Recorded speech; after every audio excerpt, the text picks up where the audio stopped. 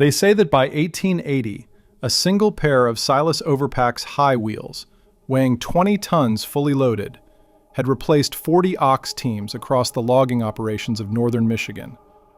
40 animals, each weighing 1,500 pounds, each requiring feed and care and rest, made obsolete by a machine that was essentially two massive wooden wheels connected by an iron axle.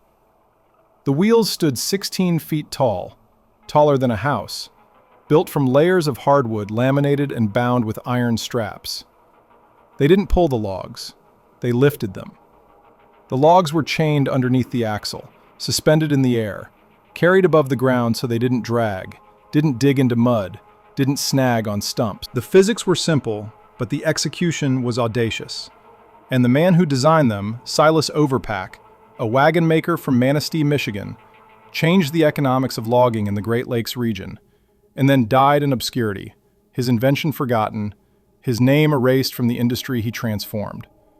This is the story of the high wheels, how they worked, why they were necessary, and why a machine that replaced thousands of oxen and saved an industry is now a museum curiosity known to almost no one. Let's start with the crisis, because understanding what the high wheels solved explains why something so strange was necessary. Michigan in the 1870s was in the middle of a logging boom. The white pine forests covering the northern half of the state were being cut at a ferocious rate. The timber was shipped east and south, building Chicago after the fire, building railroads, building the infrastructure of a rapidly industrializing nation. The logging operations were massive, crews of 100 men or more, working through the winter when the ground was frozen and the logs could be moved. The trees were felled, bucked to length, and skidded to the riverbanks where they'd wait for the spring drive.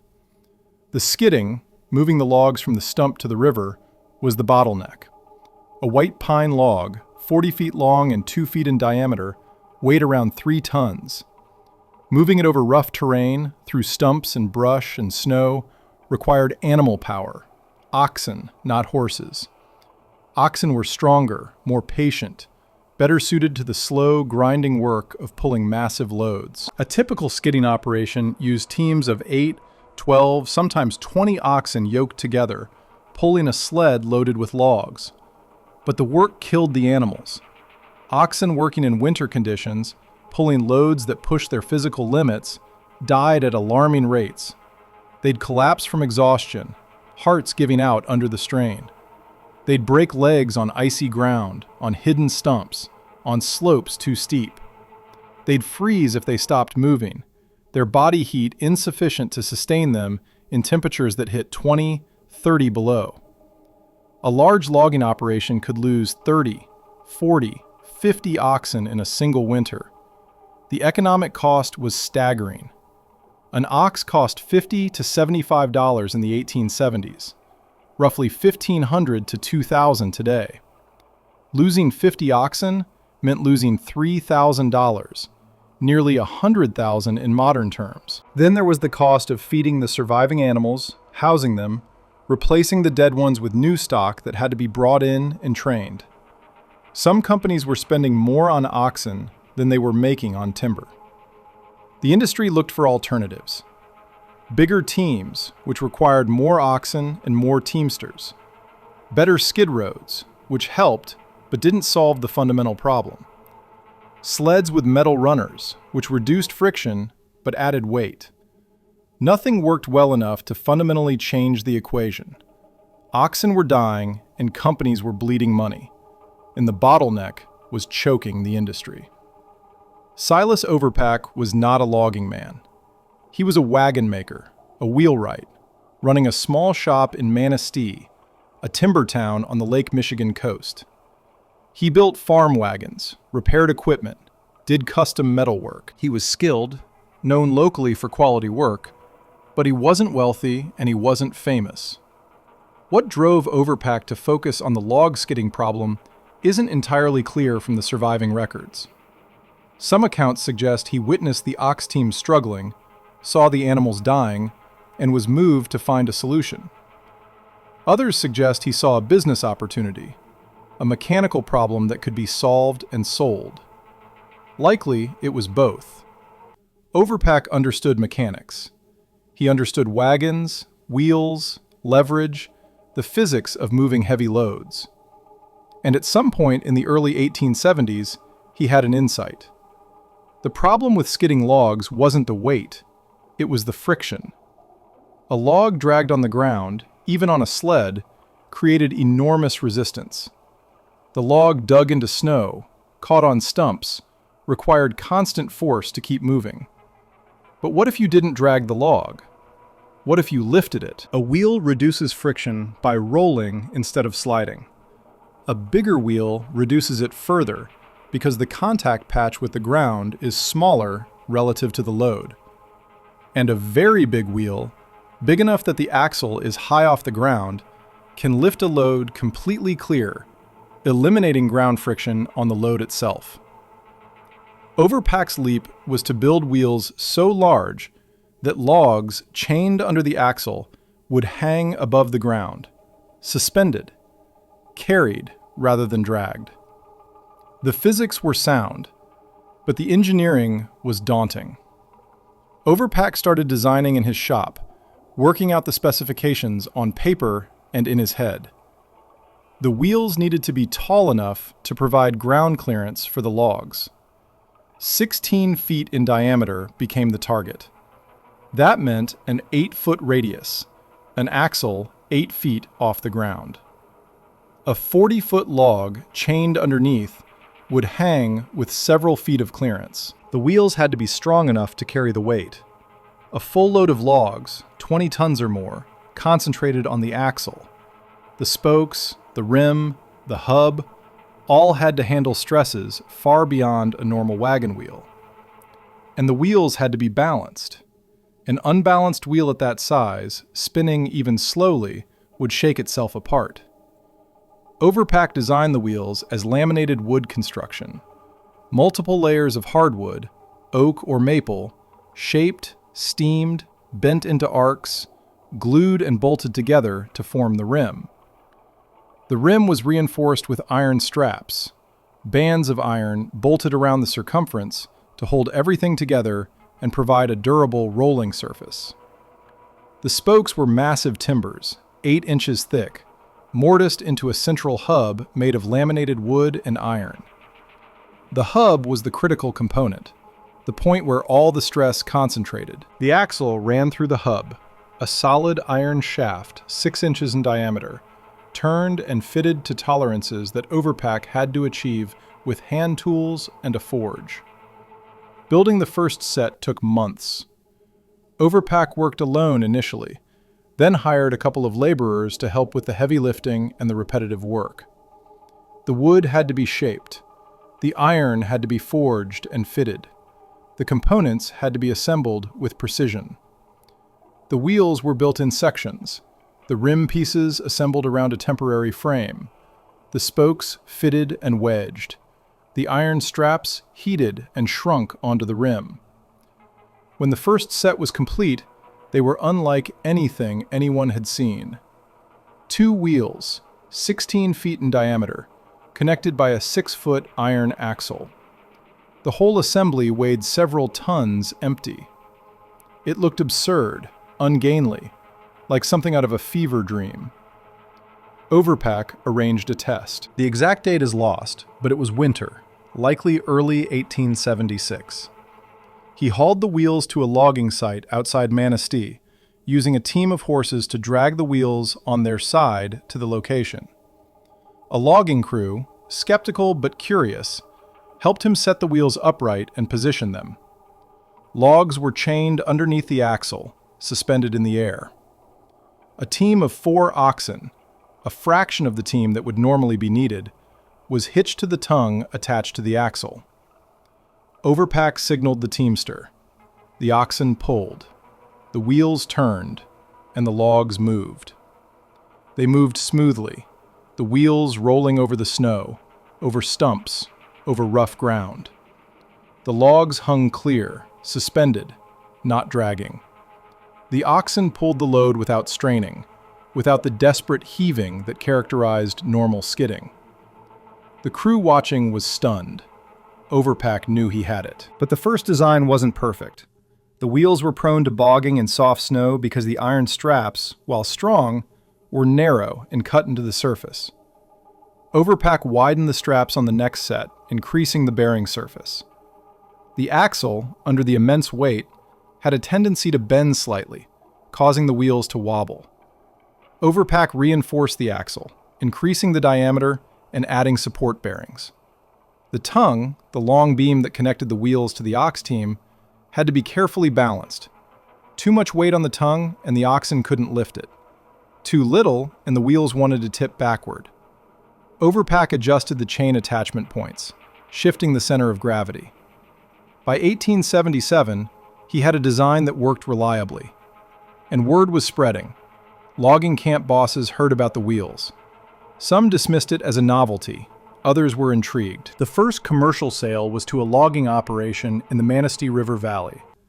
The buyer, a timber company manager named Jacob Lindquist, took a risk. He paid Overpack $300 for a set of wheels, a significant investment, and put them to work. The results were immediate. Lindquist's operation had been using a 20-ox team to skid logs from the cutting sites to the river landing, a distance of about 3 miles.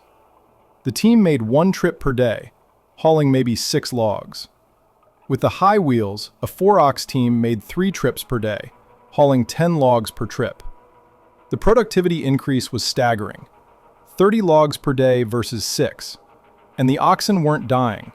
The work was easier, the animals healthier. Lindquist ordered 2 more sets of wheels. Other companies heard about the results and placed orders. Overpack's shop shifted from general wagon work to almost exclusively building high wheels. He hired more workers, expanded the shop, streamlined the production process. By 1880, he was building wheels not just for Michigan, but for logging operations in Wisconsin and Minnesota. The economic impact on the logging companies was transformative. The cost of a set of high wheels, $300, was equivalent to the cost of 4 or 5 oxen. But the wheels didn't die, didn't need feed, didn't require constant replacement. The return on investment was measured in months, and the ox teams could be reduced dramatically. A company that had been maintaining a herd of 60 oxen could reduce to 20 or fewer. The savings in feed, care, and replacement costs were enormous. But Overpack wasn't the only one building high wheels for long. Other wagon makers and blacksmiths saw the success and built their own versions. Some copied Overpack's design directly. Others introduced variations. Wheels with metal rims instead of iron straps. Wheels with adjustable axles to accommodate different log lengths. Some manufacturers built larger wheels, 18 or even 20 feet in diameter, for hauling exceptionally large logs. The market became competitive. Prices dropped as production scaled up. By the mid-1880s, high wheels were standard equipment in Great Lakes logging. The design evolved. Manufacturers experimented with different materials. Some used steel spokes instead of wood, increasing strength, but also weight and cost.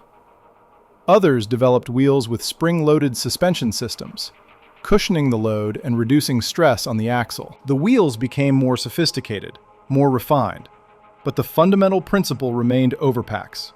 Lift the load, reduce friction, use the mechanical advantage of the wheel diameter. The peak years for high wheels were the 1880s and early 1890s. During this period, thousands of sets were built and deployed. Ox teams across the Great Lakes region were reduced or eliminated. The logging industry's productivity increased, contributing to the rapid depletion of the Michigan pine forests. By the mid-1890s, much of the accessible pine was gone, cut and shipped, and the industry was moving west to the Pacific forests and north into Canada. But the high wheels dominance was already being challenged. The railroads were expanding into the timber country. Logging railroads, narrow-gauge lines built specifically to haul logs from the forest to the mills, were becoming common. A logging railroad could move vastly more timber than high wheels, could reach deeper into the forests, and didn't depend on animal power. The steam donkey and the steam skidder, machines that used cable systems to drag logs, were also spreading. These machines could work in terrain too steep or too rough for wheels and oxen. By 1900, the high wheels were being phased out of the largest operations. They continued to be used in smaller operations, in areas too remote for railroads, in situations where the investment in steam equipment wasn't justified. But their era of dominance was over. The last commercial use of high wheels in Michigan logging was probably in the 1910s, possibly as late as the early 1920s in very remote areas. By then they were anachronisms, relics of an earlier technological era. What happened to Silas Overpack is a story of obscurity. He made money from the high wheels in the late 1870s and early 1880s, enough to expand his business and live comfortably. But he didn't patent the design, or if he did, the patent wasn't enforced. Other manufacturers built wheels based on his concept, and he didn't see royalties. By the late 1880s, competition had driven prices down, and Overpack's shop was no longer the dominant producer. He continued to build wheels and do general wagon work, but the boom years were over. Overpack died in 1903 in Manistee. His obituary in the local paper was brief, noting his death and his work as a wagon maker, but not mentioning the high wheels or their impact. He was buried in a local cemetery, the grave marked with a simple stone. There was no recognition of his contribution to the logging industry, no acknowledgement that his invention had transformed the economics of timber extraction in the Great Lakes. The high wheels themselves faded from memory almost as quickly. Once they were no longer in use, they were abandoned, left in the woods to rot or dismantled for scrap metal. The wooden components decayed, the iron was salvaged. Within a generation, the high wheels were gone from the landscape and from the collective memory of the industry. Today, surviving examples of high wheels are rare. A few are preserved in museums. The Michigan History Museum in Lansing has a set, restored and displayed with informational panels explaining their use. The Hartwick Pines Logging Museum near Grayling, Michigan, has another set, displayed outdoors in a recreated logging camp setting. There are perhaps a dozen other examples scattered in small local museums and historical societies across Michigan, Wisconsin, and Minnesota. These surviving wheels are impressive in person. Standing next to a 16-foot wheel, you get a visceral sense of the scale and the engineering ambition. The laminated wood construction is visible, the layers of hardwood carefully fitted. The iron straps are massive, hand-forged, riveted in place. The hub and axle assembly, even a century old and weathered, shows precision and craftsmanship. These were serious machines, built to do brutal work in brutal conditions. In the forests where the high wheels operated, you can still find traces if you know where to look. Old logging roads, graded and cleared for the wheels, still visible as depressions in the forest floor. Ruts worn into the ground where the wheels rolled year after year. In some areas, archaeologists and historians have found abandoned wheel components, a section of rim, a spoke, a hub, left behind when operations shut down and the equipment was too heavy or too damaged to salvage. The principle that Overpack pioneered, using large diameter wheels to lift and carry heavy loads, survives in modified form. Modern logging equipment, forwarders and skidders, use large wheels for the same reason, to reduce ground pressure and improve mobility. The wheels aren't 16 feet tall, but they're oversized relative to the vehicle, applying the same mechanical advantage that Overpack understood in 1875. There's a lesson in Overpack's story about innovation and recognition. He solved a real problem, a problem that was costing the industry enormous sums and causing immense animal suffering. His solution was elegant, practical, and immediately effective. It was widely adopted, widely copied, and widely profitable. But the profits didn't accrue to him, at least not in proportion to the value he created. And the recognition, the acknowledgement of his contribution, never came. He died a local tradesman, not a celebrated inventor. The industry moved on.